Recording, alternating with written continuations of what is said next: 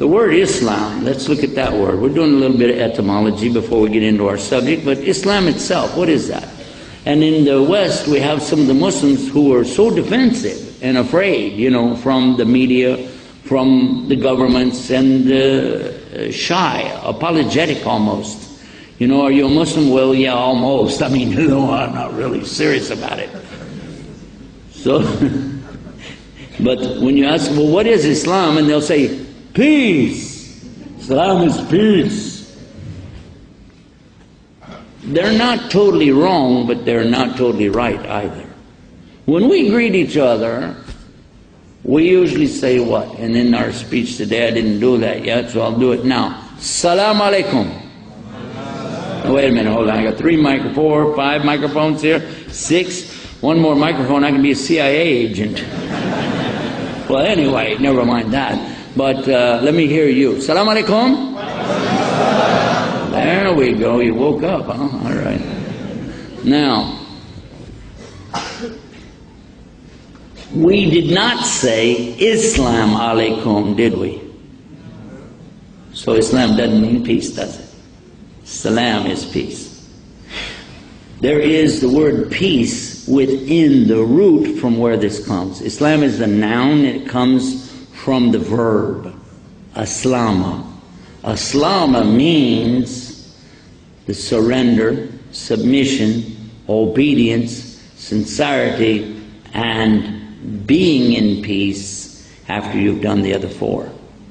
So this has a lot of conditions in it.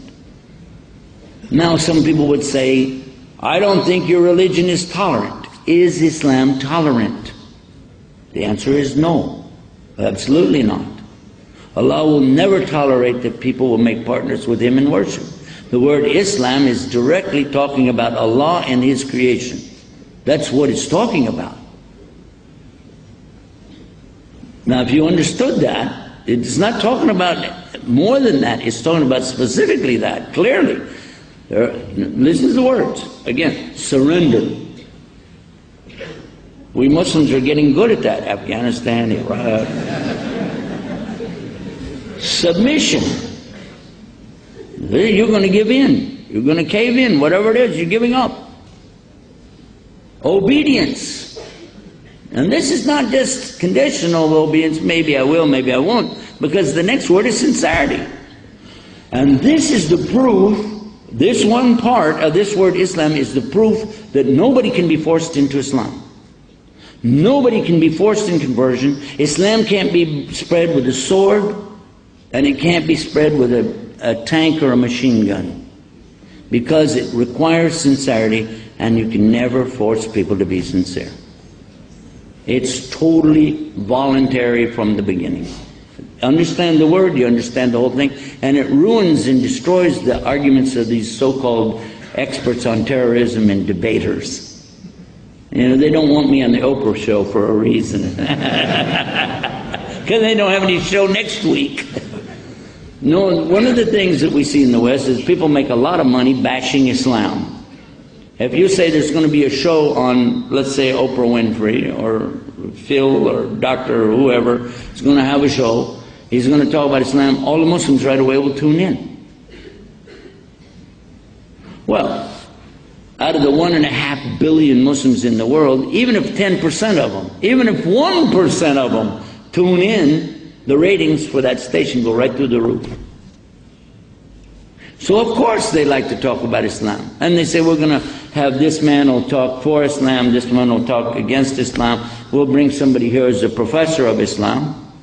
He's a PhD of Islam.